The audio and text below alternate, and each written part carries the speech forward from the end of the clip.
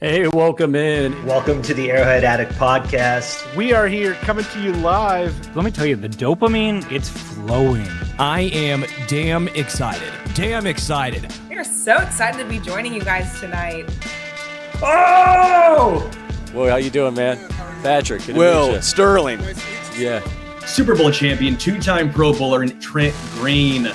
Trent Green, how you doing? Hey, what's going on, guys? Oh, he picked it up! He picked it up! He's gonna score!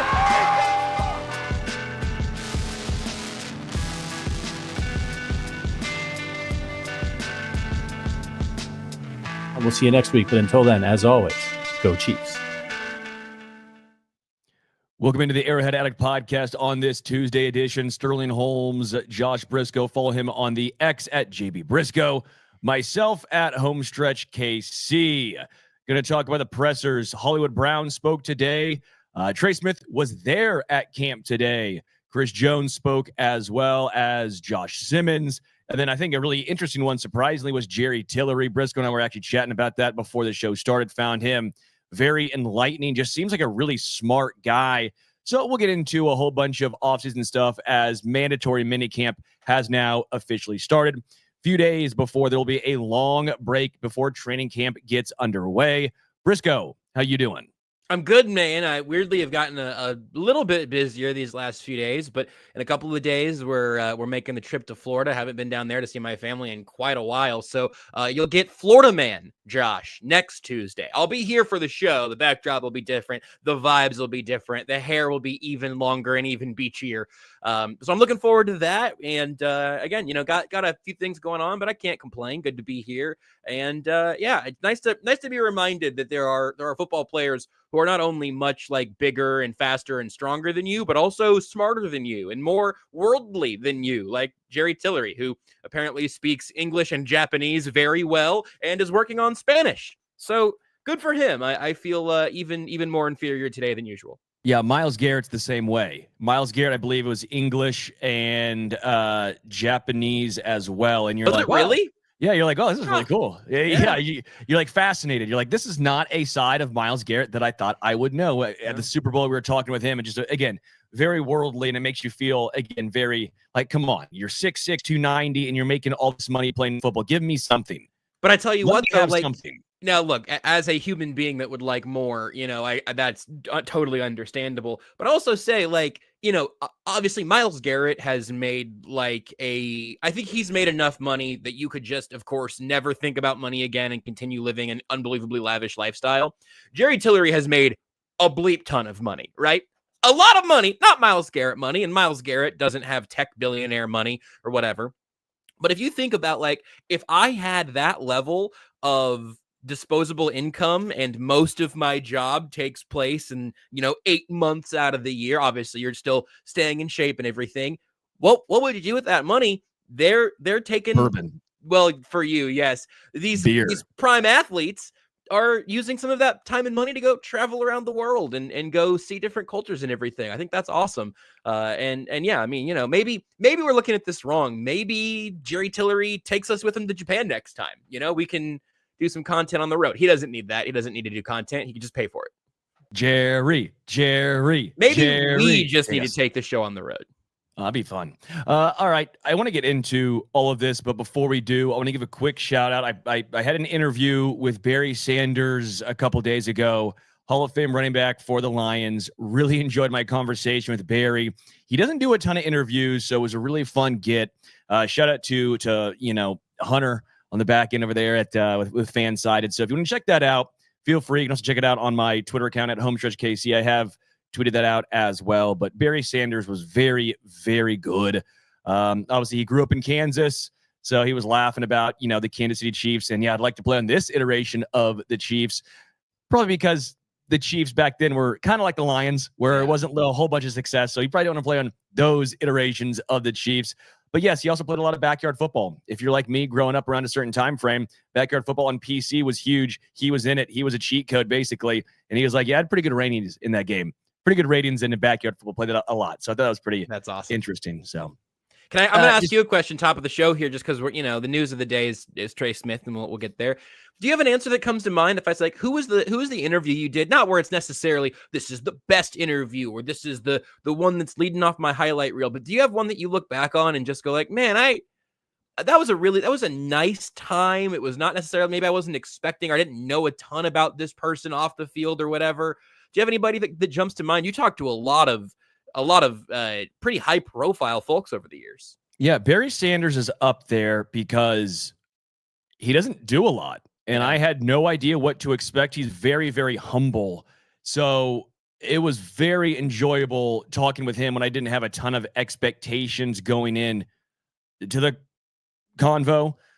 Joe Montana was really good for a multitude of reasons. I think the one that stands out was because my mom helped name a town in Montana. Yeah. Joe Montana. And so I told him that story and he remembered it, and he was talking about the details. And so that was really fun for me, kind of a full circle moment there. Those two really do stand out. There's been a lot, man, just through the years that have been very, very fun. Myles Garrett was interesting. Jamar Chase in person was really interesting, right? I've talked about that a time or two, where first couple times they were okay. But the time in person, I actually left that conversation being pretty impressed with Jamar Chase. Pretty intrigued by him. Very honest and open conversation that he had. So, yeah, there's been a lot throughout the years. But at least right off the top of my head right there, those really do. And Shannon Sharp was great, too, by the way. Shannon Sharp was really fun. Yeah, I bet.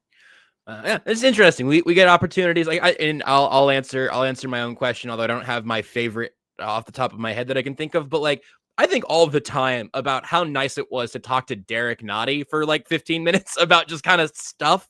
Little different, but similar kind of vibe with Tamba Hali. That was a very enjoyable time to look back on. That was a few years ago. So he was outside of the playing days, but still very much is Tamba Hali. There's a lot of cool deals like that. The Radio Rose, and I feel like I had a real hit out at Tahoe one time, but I can't place it right now. The years fly by. Derek Carr was great too, by the way, at Tahoe last year. He was really good. That Derek Carr was little quick one here. We can move on, but Derek Carr talking about how he wants to take his kid to a Chiefs game and experience it because he had so much respect for the Chiefs fans. He's like, they're going to hate on us. They're going to rip on me out there, but I'm going to sit with the fans. I'll take the ribbing. But I want my son to experience this. And I just thought that was really cool. He had just gone to New Orleans at the time, or he's entering the year 2 there, whatever it was. And I had a lot of respect for Derek Carr. I always have, but even more so in that conversation. So I thought Derek Carr was a really, really fun one, almost on the rival side of things, that made it even more. And he bought into it. He was into it. He had a good time with it. So I will always say Derek Carr was a really fun one. That's the kind of answer that I think I'm fishing for, even more so than my own, of the guy that doesn't have that reputation, who ended up leaving that interaction feeling like that guy more. I think that's very cool. Karl Loftus was fun. Karl Loftus was the other one that, I was just going through. I'm trying to find my old Radio Row chats and some of that stuff, but the Karl Loftus on field, and Trey Smith making an appearance around there as well. But George Karl Loftus just being more comfortable at a radio booth than in the batter's box. Another one that I will certainly remember for as long as we're doing this. Yeah, very quick. Brisco and I were doing the MVS charity event. We were calling the game basically on the sideline, and Karl Loftus was supposed to play this softball event, and we're getting 5 minutes, couple of minutes with each player. They come through, give a little spiel, talk about the upcoming season, and then they'll go and hit some balls for softball. By the way, Nick Bolton was incredible as far as actually playing softball, just mind-blowingly athletically good. But Karl Loftus would not leave. Karl Loftus was there for a good half hour, 45 minutes. Yeah. And eventually we're like, Karl Loftus, don't you want to play? He goes, I've never played softball nor baseball. I grew up in Greece. I don't want to make a fool of myself. I would just want to hang out with the media, aka Brisco and myself. And that was the first time where I think professional athletes chose us over hanging with their teammates. Yep. They just wanted to sit there and We asked him a gamut of questions that eventually he took over. Him, Creed Humphrey, and Trey Smith basically hosted a show for a little bit, and that was a very enjoyable time. And it all started with George being scared to play softball. I wouldn't use the S word. I wasn't going to say scared. I think he was a little scared. Preferring to hang out with us, which I think is a feather in our cap. Yeah, we'll go with that. But Trey Smith was there at training camp. I don't think minicamp. I know you know. Just a little Freudian slip, a little Floriodian slip. That was mine. Florio. Oh, was Andy Reid retiring? Is that the Florio? That's okay. A Floriodian slip is when, as opposed to next Tuesday when I'll be having a Floridian slip during this show. We are talking about mandatory minicamp, not training camp, mandatory minicamp, and Trey Smith was there. Not a surprise. He's a 6th rounder who has not made a lot of money so far in his NFL career. So he's not a guy who's going to give up free money. That is not wise at this point in his career. He's also a guard, not a premier defensive tackle, defensive lineman. So it's a little different than the Chris Jones situation, which I think Chris Jones had maybe the funniest quote on that today at the presser. Chris Jones said, quote, "It's good he didn't take my approach. He shouldn't take any advice from me." Laughing, of course, about the whole holdout situation prior. But I wasn't surprised that Trey Smith was there, but at least it's a good confirmation that him and the organization are not sideways, that there's not a lot of consternation, a lot of frustration boiling over, at least on the surface. Whether or not they're even close on a long-term extension or not, at least it felt like in my mind, okay, it's not gotten bad enough that we're seeing a holdout take place. Worst case scenario, he would play this year on the franchise tag. Again, that's my estimation. That's what I'm reading through this. Don't know your thoughts here, but again, yes, it's not a surprise, but it's still nice and comforting to see him there. Yep, absolutely. I think that the time that this was most telegraphed. Look, if he wasn't there today, I would not have been ringing the fire alarm necessarily, because look, man, you are on this tag now and trying to get your long-term deal. Something weird happens with your knee during a walkthrough, and all of a sudden now your negotiations taking an extra month because it takes a month to rehab whatever little thing, even if it's just a little thing, right? So I wouldn't have panicked if he wasn't there today, or even if he was there off to the side kind of deal of like, hey guys, work with me. I'm going to show up. I'm not going to make this about me, but don't have anybody throwing pads at my knees. Not that anyone was doing that at minicamp anyway. But I think the day that was telegraphed was when Trey Smith signed the franchise tag for those $23-ish million.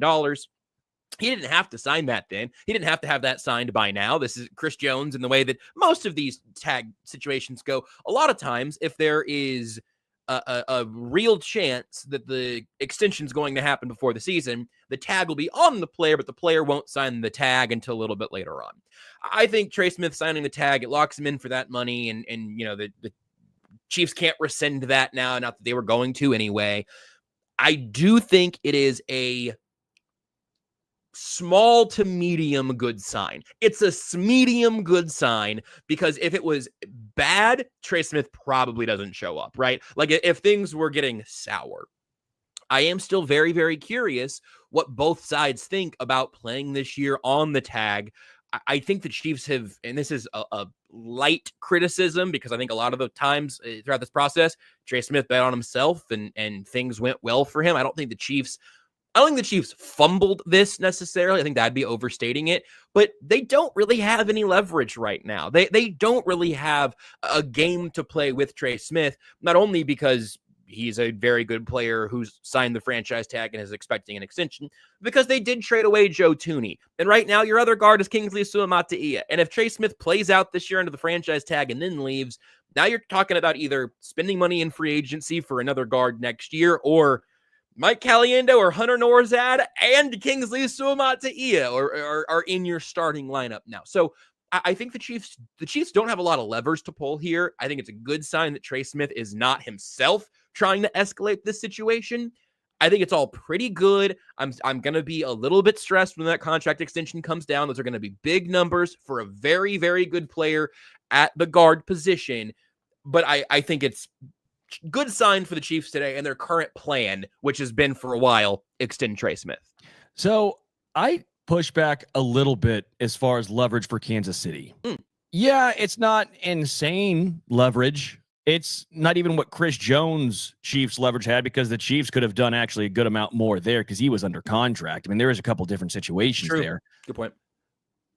The reason why I think the Chiefs aren't necessarily as eager as maybe a lot of folks are thinking, and this is my opinion here. Well, now you get to see what Norzad, Caliendo, Kingsley, CJ Hansen, what they look like. How far along are they?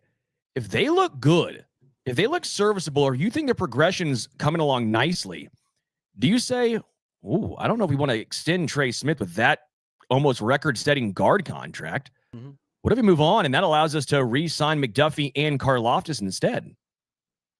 I think there's a situation where the Chiefs look at it, and maybe I'm looking at this too positively from the Chiefs' perspective here, because, again, first and foremost, what are we?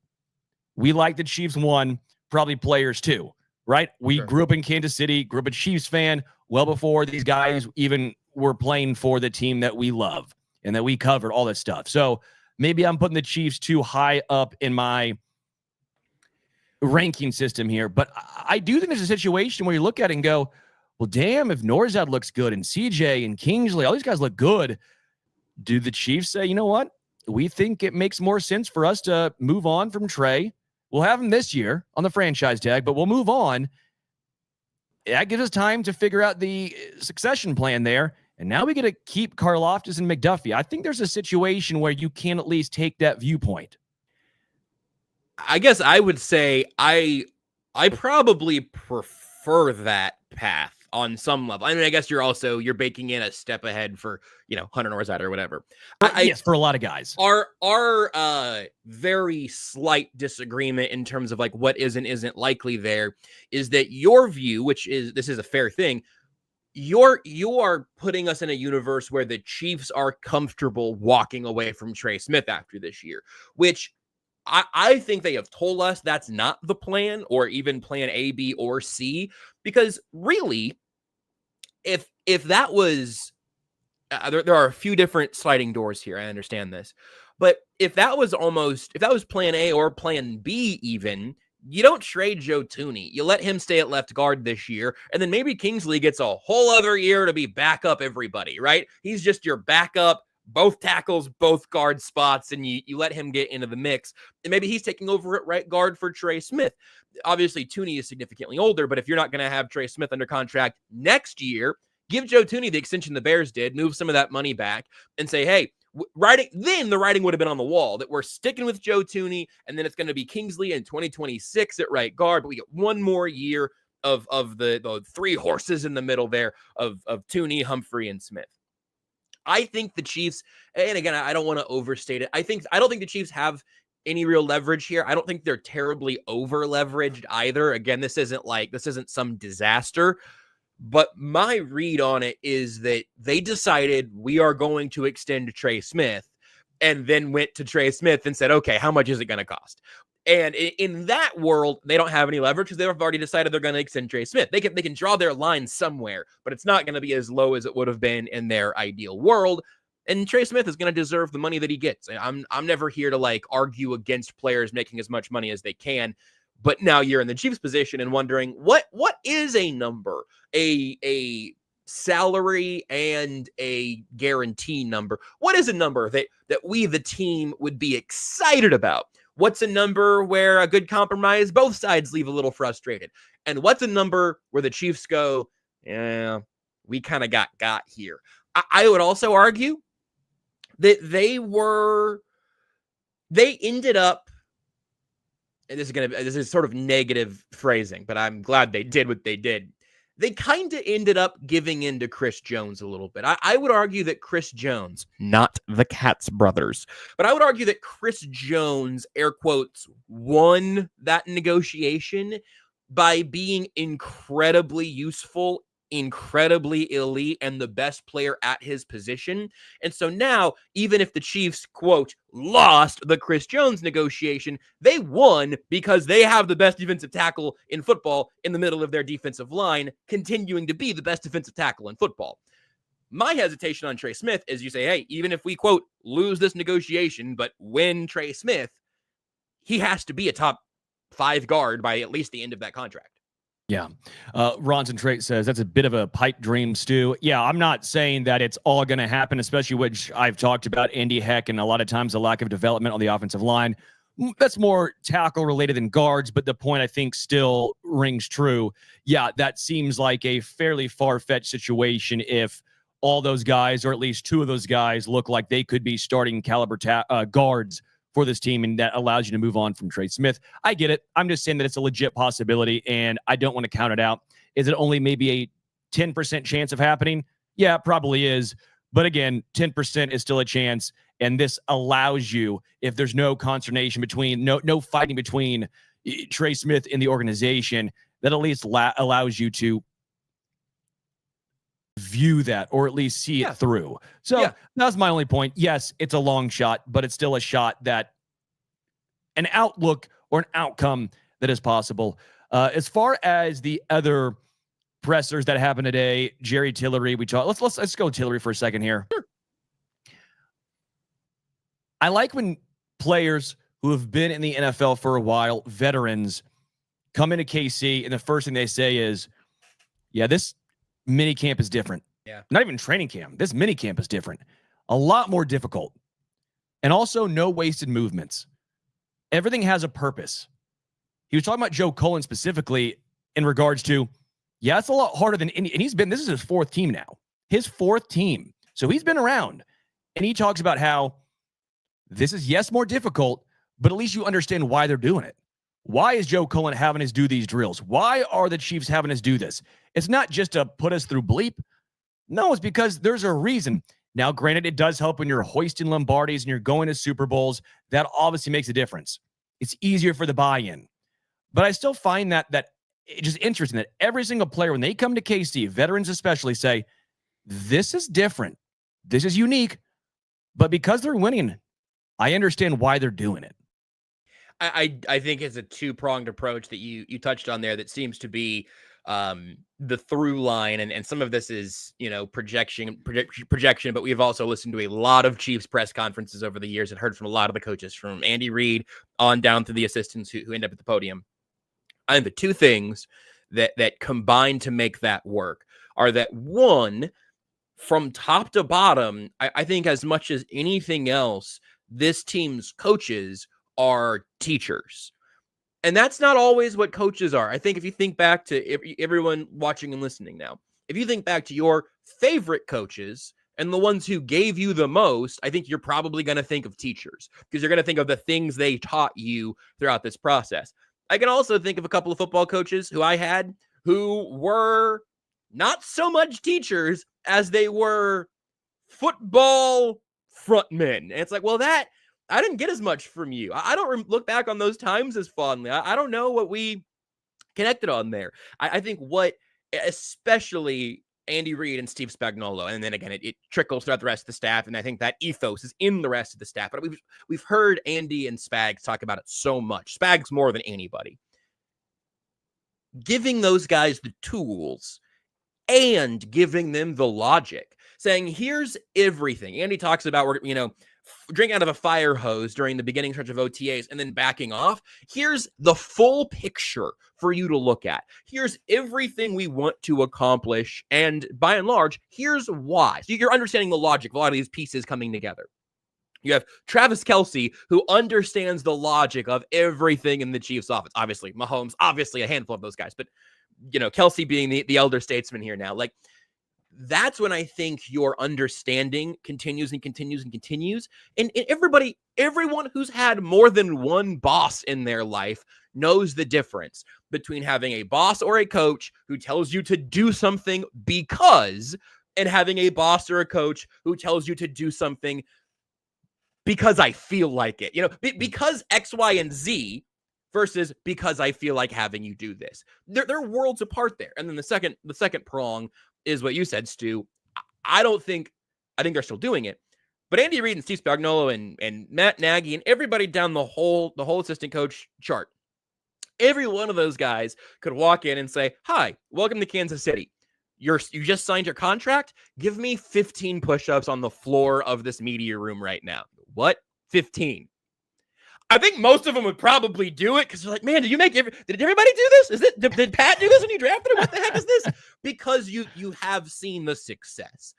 I think a lot of times, though, when you see successful teams backslide, it's because they just start doing the posturing and not the explaining. The Chiefs, I think, continue to do both. Why do you think Patrick wears number 15?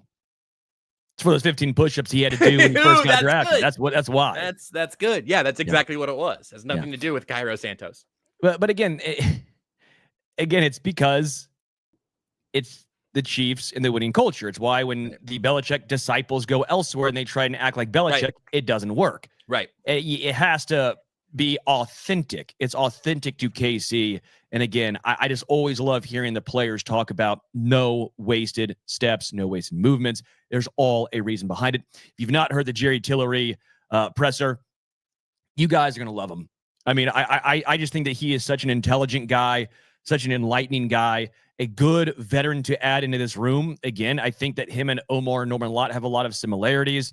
What's funny is Jerry Tillery was a very highly touted prospect coming out of Notre Dame, a guy that I know I wanted him next to Chris Jones. I go, could you imagine those two guys together?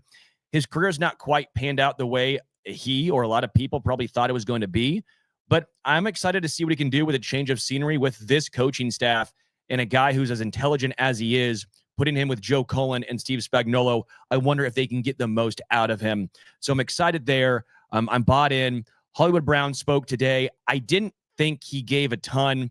I didn't think there's a lot to glean outside of he knows he has to stay healthy. That was the main story for Hollywood Brown was, man, what are you looking forward to? I just got to stay healthy, man. Like, I just have to stay healthy. Did he talk with Tyreek Hill or any of those guys that had those clavicle injuries? He goes, no, not really. Hollywood understands he's a talented player, but you can't be talented if you're injured. So that's what I at least took away from Hollywood more than anything else is he understands the shortcoming of his game, which is health. Right. And going back to the specifics of that injury, Tyreek Hill being one of the only other guys in modern NFL history who's had that injury, that didn't make Tyreek Hill, quote, injury prone. He wasn't, and that didn't change. It's a freak. And also, Tyreek ended up coming back from it much quicker, and that was a healing-based thing and a surgery-based thing. So that doesn't make me think any less of Hollywood Brown as an option. Again, it's not the years of Sammy Watkins hamstring this or that, Kadarius Toney this or that. Like his collarbone came out of the socket and went towards his soft inside bits. It's a miracle that was all it was, right? The only thing with Hollywood that I would add there is that he confirmed what we all saw, which was that, no, he wasn't at 100% when he got back at the end of last season. He was very grateful to get out there and to be a part of the offense and to have a chance to be involved. And I think he looked relatively good out on the field. He just wasn't that involved.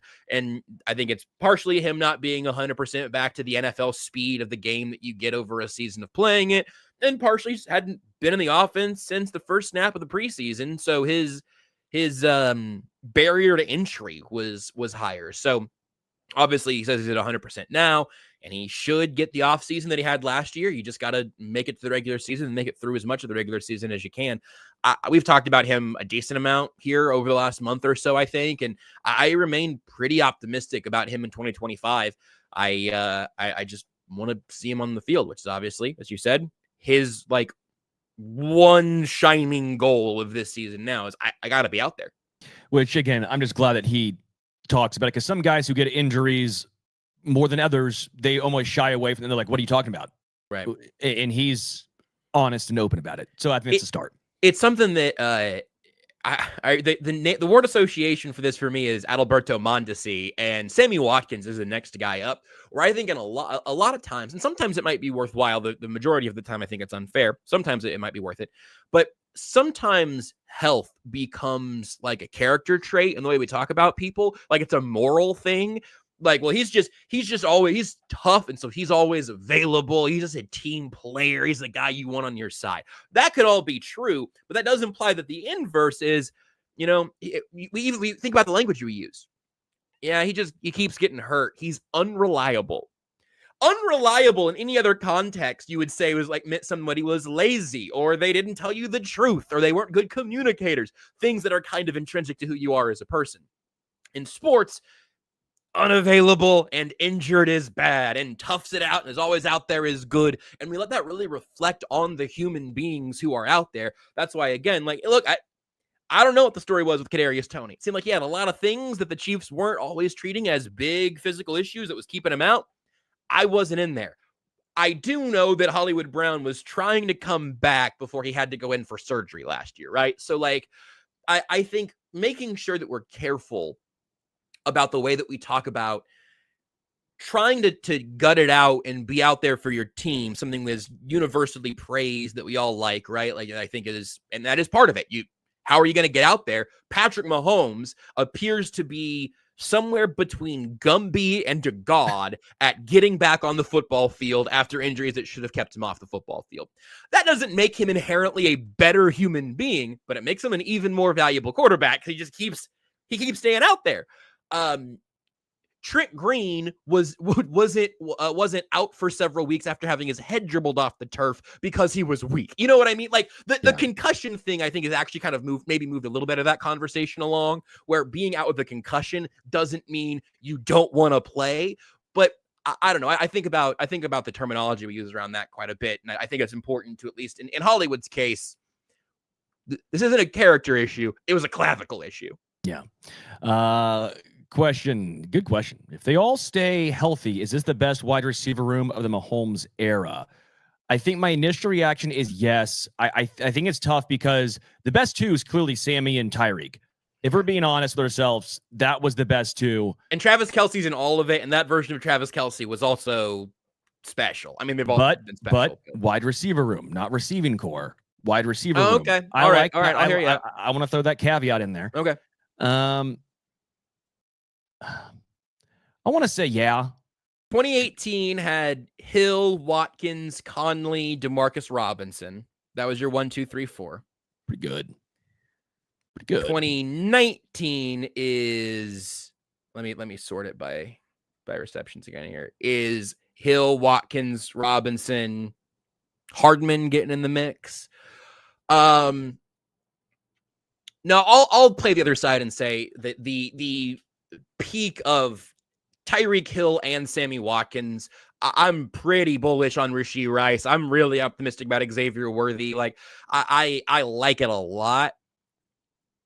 Tyreek Hill is going to be a no doubt Hall of Famer, and Sammy Watkins is going to be a Hall of Very Good. And one of those guys, oh man, well, what if this and this might have been a little bit different? But like, having that duo is special. Now, Hollywood Brown might be better right now than Demarcus Robinson was in 2019. It's like, I'm hearing you out, but it was, I mean, some of those, and I guess 2019 when Hill had the collarbone. It might have been. He only played 14 games or 12 games that year, but I can't. Man, that year Tyreek played 12 games and Watkins played 14, and Travis Kelce had 1,200 yards, 97 receptions. They won the Super Bowl. Not bad. Huh? Not bad. Not a bad time to be alive, if I do say so myself. I'm gonna say surefire Hall of Famer and sometimes frustrating but incredibly electric number 2 receiver. I'll take those over this year's version, but I'm really optimistic about this year's version.